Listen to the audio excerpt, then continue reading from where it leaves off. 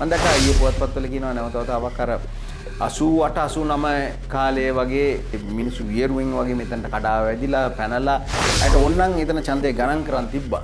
ගන්න තිබ්බා. ඒක මතයක් තියෙන. ඝන පූර්ණයක් තිබ්බා ඒකේ. මේ තමාගේ සැමියා තමයි අරන් ඇවිල්ලා තියෙන දෙන්නවම ත්‍රිවිලර් එක දාගෙන නේද? ඇවිල්ලා මේ යන ජීප් රථයකට උන් ගොඩ වුණා කියනවා ඊට පස්සේ දෙදෙනාම. ඊට පස්සේ සැමියා ගෙදර යනවා. කැබ් එකක් හරස් කරලා ත්‍රිකෝණ රථය නවත්තලා ඉතින් එහෙම දේවල් කරනකොට මේක දැකපු පිරිසක් නැත්නම් රජයේ ගොඩනැගිල්ලක් ඇතුළට ඇවිල්ලා තියෙන්නේ. ඒතර ඒකෙන් සම්බන්ධයෙන් කටයුතු කරන්න ඕනේ කවුද අතර මොකද? දොරවල් වලට හානි කරලා තියෙනවද? ජනල් වලට හානි කරලා තියෙනවද? මොනවද කරලා තියෙන්නේ? ඒ අත්තරංගුට ගන්නවද? කවුද මේකේ මේ ලීඩර් හැටියට නායකයා හැටියට කටයුතු කරේ කවුද? කොහොමද මේ සංවිධානයේ උනේ කෙටි වේලාවකින් මේ කණංකේ පොලිසියට තමයි රාජකාරිය පවරලා තියෙන්නේ. සබක් කීම. එතකොටද එතනදී කොයි ආකාරයෙන්ද මේ දිශාව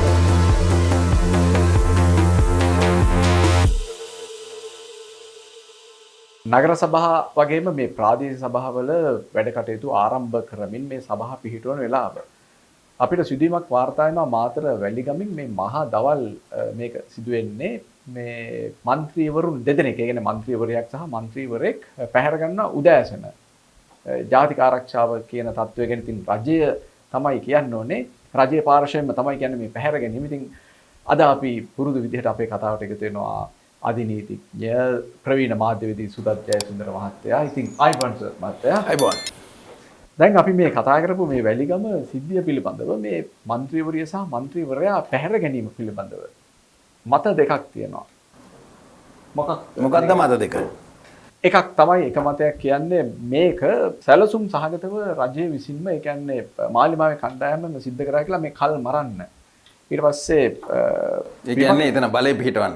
තමාගේ බලය ඉස්මතු වෙන ආකාරයට කාලයේ දීපිය දේශය ඒ වගේ පස්මහ බැලුම් බලනවා කියලා මේ වාතාවරණය හොදුනාට පස්සේ තමුන්ගේ බලය ඩහගෙන. ඔව් මං හිතන්නේ මේ අර മന്ത്രിවරු දැන් 21යි මේගොල්ලොන්ගේ 22ක් ඉන්නවා විපක්ෂේ. එතනින් පිරිසක් මොනවා හරි අර බෞතිස්ම කරලා සුද්ධ කරලා ගන්න ඕනේ දන්නේ නැහැ. ඒකට කාලය ලබා ගන්න අවශ්‍යතාවයක් තියෙනවා කියලා මම. ඒ නිසා මේ සිදුවීමත් පොඩ්ඩක් නිකන් මේකේ නාට්‍යම ගතියක් තියෙනවා කියලා තමයි විපක්ෂයේ ස්වරූපේ නේද? පැරහැරගෙන ගිය විදිහ දෙන්නා කොහොමද විවිධ අවස්ථාවන්හිදී පොලිසියට පැමිණිලි කිරීම ඔවුන්ගේ පැහැර යාම සම්බන්ධව ඉන් අනතුරුව එතන ඇතිවෙච්ච සිදුවීම ඒ පණිවිඩය කොහොමද සභාවට දැනුවත් වූයේ කියන එකත් ඒ අවස්ථාවේදීම මෙතන මැර පිරිසක් ඇතුළත් වෙච්ච එකත් ඒක මම හිතන්නේ ප්‍රජාතන්ත්‍රවාදයට සුදුසු දෙයක් කියලා නේද? ශ්‍රී ලංකාව වගේ තැනක ප්‍රජාතන්ත්‍රවාදයෙන් හැදිච්ච තැනක්. එතකොට අපි බලන්න ඕන මේ මෙතනදී මොකද්ද මෙතනින් අපිට ඉගෙන ගන්න පුළුවන් පාඩම කියන එක එක්තරා විදිහකට. මම දැක්කා ඊයේ පුවත්පත්වල කියනවා නැවතවතාවක් අර 88 89 කාලයේ වගේ මේ ඒ අවස්ථාවක් නිකන් ඉස්මතු වූයයි කියලා සමහර අයට හැඟුණයි කියලා ඒ මිනිස්සු වියරුවෙන් වගේ මෙතනට කඩා වැදිලා පැනලා කිසිම දෙයක් හොයන්න බලන්නේ නැතුව උන්ගේ හැසිරිච්ච විලාසය සහ ඒ කිරීමෙන් ඝනපූර්ණයේ තිබුණත් ඡන්දේ කල් දැම්මයි කියන එක. ඔව් ඒ කියන්නේ කොමසාරිස්වරියට මේ මෙතන පවත්වගෙන මේ වැඩ කටයුතු කරන්න බැරි වුණා. අයිට ඕනනම් එතන ඡන්දේ ගණන් කරන් තිබ්බා. ගන්න තිබ්බා. ඒකයි. ඒක මතයක් තියෙන්නේ. ඝනපූර්ණයක් තිබ්බා ඒ කියන එක. එතකොට මේ දෙන්න නැතුණත් එතකොටදී එතන අවාසියක් වෙනවයි කියලා පවතින රජයට.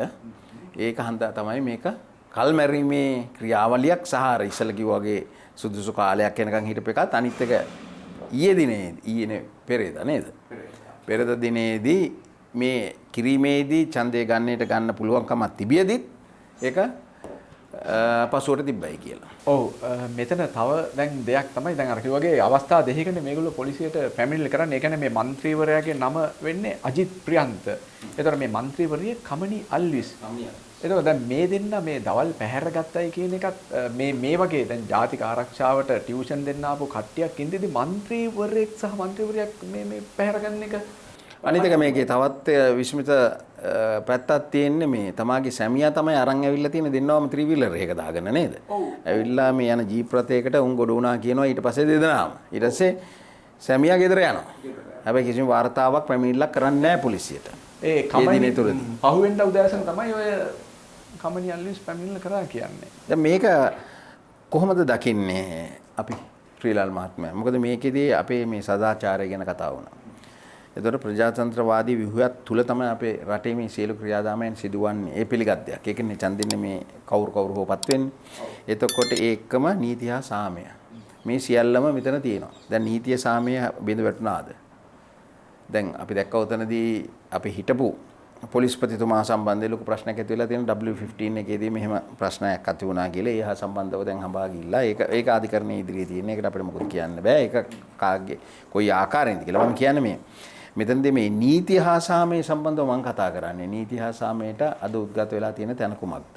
මම දැක්කා කියලා තියෙනවා මේ පවතින රජය වර්තමාන රජය පැමිණීමත් සමග සමහර ප්‍රෙස් රිලීස් කීපයක් මම දැක්කා කියලා තියෙනවා. එහෙම රාජ්‍ය ත්‍රස්තවාදී ක්‍රමයකට හවුල් වෙලා නැහැ කියලා. රාජ්‍ය ත්‍රස්තවාදී. හැබැයි දැන් මෙතනදී එදා ඇතුවේ කුමක්ද? කාටවත් අපිට කියන්න බෑ. රාජ්‍ය ත්‍රස්තවාදී කියන එකට පෙරහුරුවක් හැටියට නේ දැන් මෙතනදී කියන්නේ මේ කට්ටිය එක් රැස්ුනේ කොහොමද? කවුද මේ පිරිස? මෙහෙම කඩා වැදීමේදී පොලිසිය නිහඬව සිටියාද නැද්ද? එතකොට මේ ඒ ක්‍රියාවෙහි තුලින් අපිට දෙන පණිවිඩය කුමක්ද? ඒකනේ උතන ප්‍රශ්නේ වෙලා තියෙන්නේ. දැන් ඉස්සලා මිනිමෙරුම් දවසකට මෙච්චර කියලා ඒතු කර ගියානේ නේ. වෙඩි දැපි මෙච්චරයි මේ මරණ සිදුවීම මෙච්චරයි. ඕමම කියාව. දැන් මෙතනදී අපි කටයුත්තේ ඒකේ මේ ලොකු මේකක් තියෙනවා. මේ පරාසයක් තියෙනවා. ඒ පරාසය තුලින් තමයි බලන්න වෙන්නේ. අපිට අනිත් එක තමයි දැන් ඊයේ ජනාධිපතිතුමා කියනවා නේද ඔය පොඩි මේවා තියෙන තැන් ඔක්කොම අහෝසි කරලා දාලා අලුතෙන් මේ ඡන්දයක් තියෙන කතාවක් කියනවා නේද? ඔව්. ඒ කතාව තුලත් මොකද්ද ගැප් වෙන්නේ කියන එකයි. ඔව්. ඉතින් ඔතනදී කොහොමද ශ්‍රීලාල් මහත්තයා ඔක් ගැන හිතන්නේ? ඒ කියන්නේ අපි ප්‍රජාතන්ත්‍රවාදය ගැන කතා කරනවා. අපේ තියෙන අයිතීන් ගැන අපි කතා කරනවා. එතකොට රජය විසින් සිදු යුතු වගකීම් සම්භාරයක් තියෙනවා. ඒ කියන්නේ නීති හා සාමය ආරක්ෂා කර දීම. කොමුණ දෙයක් කිව්වත් කෙසේ කිව්වත් කොහොමද වෙන්නේ කියන කතන්දර වෙනවනේ. අපි වෙනුවෙන් අපිද මම වෙනුවෙන් මම වෙනවද කියන තමයි වගේ කතාවක් නෙවෙන්නේ. දැන් ඔය මේ සිද්ධිය වටා අපිට තියෙන කාරණා තමයි කිව්වාගේ දැන් එකක් තමයි දැන් ජාතික ආරක්ෂාව කියන එකට තර්ජනයක්නේ මහ දවල් මෙහෙම മന്ത്രിවරුන් දෙදෙනෙක් පැහැර ගන්න පුළුවන් නම් මේ කැබ් එකක් හරස් කරලා ත්‍රිරෝද රථේ නවත්තලා ඉතින් එහෙම දේවල් කරනකොට මේක දැකපු පිරිසක් නැද්ද? ඊට පස්සේ එයාගේ ප්‍රතිචාර මොනවාද? ඒ වගේම දැන් මේ සිදුවීම සිද්ධ වෙනවා මෙතන මේ ගොඩනැගිල්ල වටේට ප්‍රාදේශ සභා ගොඩනැගිල්ල වටේට පිරිස 500ක් 400ක් රැස් වෙලා ඉඳලා තියෙනවා. ඊට පස්සේ ඇතුලෙන් එකපාරට මතුවෙනවා කතාවක් මේ අපේ දෙදෙනෙක් පැහැරගත්තා මෙන්න කියලා. ඒ වගේම මේ සමගි ජනබලවේගයේ නගරාධිපති අපේක්ෂක හැටියට ඉදිරිපත් කරන മന്ത്രിවරයාට ඒගොල්ලෝ චෝදනා කරනවා මේ පාතාලයට සම්බන්ධයි කියලා. ඊට පස්සේ මේක කිව්වගේ පොලිසිය එක පටලවලා ඒ දේවල් ඔක්කොම මේ සිදුවීම දිහා බලද්දි එතකොට පාරේදී මෙහෙම දෙන්නෙක් අතුරුදහන් වෙනවා. ඒ වගේම මේ පිරිසක් ඇතුළු වෙලා පොලිස් අන නොතකා දැන් මෙතනදී පොඩ්ඩක් බාධා කරන් ශ්‍රීලාල් මහත්තයා අද වෙනකොට කොහොමද තත්ත්වය? දැන් මෙතනදී කියනවා නේද? විමර්ශන කටයුතු ආරම්භ කරා. අද වෙනකොට කොතනද වෙලා තියෙන්නේ? මොකද්ද වෙලා තියෙන්නේ? මේ අවස්ථාවේදී අපි දන්නේ ඒක සම්බන්ධව. අපි බලමු. කණංකේ පොලිසියට තමයි රාජකාරිය පවරලා තියෙන්නේ. සවක්කීම. එතකොට එතනදී කොයි ආකාරයෙන්ද මේ දිශාවට මේ දිශාව යන දිශාව සම්බන්ධව විග්‍රහ කරගෙන මේ හා සම්බන්ධව තොරතුරු රැස් කරමින් කොහොමද පොලිසිය අද වෙනකොට ලබාගෙන තියෙන ප්‍රගතිය කුමක්ද කියන එක අපි දැනගන්න ඕනේ. නැත්නම් මේකෙත් සමහර ඒවා වුණානේ අර ෂාෆ්ට් මරණය වගේ කවුරුත් දන්නේ අද වෙනකම් මොකද්ද උනේ කියලා. දැන් මේකත් ඒ වගේ එකක් වෙන්න පුළුවන්. මේක සුළු එකක් හැටියට සමහර අය දකින්න පුළුවන්. හැබැයි එතන නෙවෙයි. එතනින් ගම වෙන පණිවිඩය මොකද්ද කියන එකයි තියෙන්නේ. දැන් අපි අර කතා කරමින් ඉන්න එක. දැන් මේ කියනවා සුළු ඒවා ටික අපි ඉස්සරහට කියන එතකොට එතන ප්‍රජාතන්ත්‍රවාදයක් තියෙනවද මෙතන ඝන පූර්ණයක් තිබෙද ඒ ඡන්දය ගත්තේ නැහැ කියනවා. අනිත් පැත්තෙන් කියනවා මේ පැහැරගෙන යාමක් කියන එතන නිශ්චිත වශයෙන්ම අපිට උපකල්පනය කරන්න පුළුවන් මේක පැහැර යාමක් නෙවෙයි කියන තත්වයකට තමයි අද වෙනකොට මේ සීල දත්තයන් එකතු කරගත්තාම අපිට හොයාගන්න පුළුවන් වන්නේ. හරි සාධක. එතකොට ඒ වගේ තත්වයක් උඩදී කොමන විදිහකටද අපි මින් මත්තට ගමන් කරන්න කියන එක තමයි අපිට බලන්න වෙන්නේ. ඔව්. එතනදී තව එකක් තමයි පළාත් පාලන කොමසාරිස්වරිය අහනවා මේ පිරිස එළියට යනවද අපිට මේක පවත්වන්න පුළුවන්ද බැරිද කියලා අහනවා. ඊට පස්සේ කියනවා නෑ අපිට එහෙනම් මේ පිරිස ඉවත් වෙන්නේ නැති නිසා මේක අපිට කරන්න කරන්න බෑ දින නියමයක් නේද කල් දානවා කියලා. ඒතර එළියට මේ පිරිස ගෙනියන එක මේ කඩාකප්පල්කාරී පිරිසක් නෙමේ රජයේ ගොඩනැගිල්ලක් ඇතුළට ඇවිල්ලා තියෙන්නේ. ඒතර ඒකෙන් සම්බන්ධයෙන් කටයුතු කරන්න ඕනේ කවුද ඇත්තටම ඒගොල්ලෝ එළියට දාලා මෙතනට මේ ඔතනදී රාජ්‍ය දේපල සම්බන්ධයෙන් අපිට කතා කරන්න පුළුවන්. එතනදී උන් විසින් යම් කිසි දෙයක් විනාශයක් කරලා තියෙනවද කියන එක අපි දන්නේ ඒ සම්බන්ධයෙන් අපිට අද වෙනකන් තොරතුරු ලැබිලා නැහැ. දොරවල් වලට හානි කරලා තියෙනවද? ජනල් වලට හානි කරලා තියෙනවද? මොනවද කරලා තියෙන්නේ? ඒ අත්අඩංගුවට ගන්නවද? කවුද මේකේ මේ ලීඩර් හැටියට නායකයා හැටියට කටයුතු කරේ කවුද? කොහොමද මේ සංවිධානයේ උනේ ඔච්චර කෙටි කාලෙකින් කෙටි වේලාවකින් මෙවැනි පිරිසක් උතන්ට එක්රොක්ුනේ කොහොමද? මේවා තියෙන තමයි තියෙන ප්‍රශ්න. ඉතින් මේහා සම්බන්ධයෙන් අපේ වගකීමක් හැටියට මම කියන්නේ අපේ මාධ්‍ය වගකීමක් හැටියට තමයි මේක එළියට ගෙනහැරලා පෙන්වන එක සමාජයට. හොඳක් තියෙනවා නම් හොඳක්. කවුරු හෝ පක්ෂයක් වේවා. අපි මෙතන සාධාරණ එක තලයක ඉඳන් කතා කරන්නේ. හැබැයි වැරද්දක් තියෙන තැනත් ඒක පෙන්වීම. ඒ කියන්නේ උලුප්පල පෙන්වීමක් නෙවෙයි. මේකෙන් ඉස්සරහට වෙන අගතියක් සිදු වෙනවා නම් සමස්ත ජනතාවට එතනදී ඒ වෙනුවෙන් මාධ්‍ය විසින් කළ යුතු ක්‍රියාවක් තියෙනවා. ඒ මාධ්‍ය වගකීම හරහා තමයි මම හිතන්නේ ශ්‍රීලාල් මහත්තයා ඔය මේ තත්ත්වය පහදා දුන්නේ. ඔව් ඔව් ඔව්. දැන් මේ පිළිබඳව මේ ඊයේ මාධ්‍ය හමුවක් පවත්වලා මේ මාතර සමගි ජන බලවේගයේ මන්ත්‍රීවරයා චතුරගලපති වගේ විපක්ෂයේ කණ්ඩායම් සියලු දෙනාම සර්ව ජන බලයෙන් එකතු වෙනවා පුෂ්ප කුමාර බැට්ටිගේ මහතා ඒ වගේම ධම්මික සොලමන් ශ්‍රී ලංකා නිදහස් පක්ෂයේ මේ පිරිස එකතු වෙලා මාධ්‍ය නිවේදනයක් නිකුත් කරනවා මාධ්‍ය සාකච්ඡාවක් පවත්වලා ඒ වගේම මේගොල්ලොත් මේ කණංකේ පොලිසියට පැමිණිල්ලක් කරනවා මේ පිළිබඳව විධිමත්ව බලන්න කියලා. දැන් ඕක උනානේ ශ්‍රී ලංකාවේ මහත්තයා අර ෆ්‍රැන්සිස්කෝ පැහැරගෙන යාමත් එක්ක ඒක පළාත් සභාවේ මං හිතන්නේ නේද ඒ අවස්ථාවේදී උනේ මේ ගෙනාලා මේ ප්‍රධාන පෙළේ හෝටලයක නවත්වාගෙන හිටිය ගල්කිස්සේ ඉඳලා ඡන්දේ දීමෙන් ඌව වැළැක්කුවා. ඒකට යම්කිසි මුදලක් උටත් ගෙව්වා කියලා කියනවා. ඒකෙන්ද ඒ කාලේ ආරම්භයක් තමයි දැන් ආයෙත් මේ හිස හිසවීමක් ඒකේ හෝ ඡායාවක්ද කුමක්ද කියලා.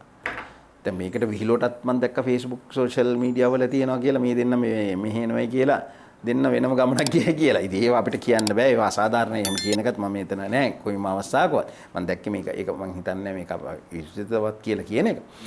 මේ හැබැයි ඔන්න වගේ විදිහට විහිළුවට තාසියටත් ලක් කරලා තිබ්බා. ඉතින් අන්න ඒ විදිහට ඉතින් ඒ තත්වයක් ඒ සංස්කෘතියක් නැවත නිර්මාණය වීම රටට ආහිත කරයි. මේගොල්ලෝ ගෙනිලා ඇස් බැඳලාලු ගෙනිච්චේ. එහෙම තමයි ඒගොල්ලෝ තමයි කියන්නේ.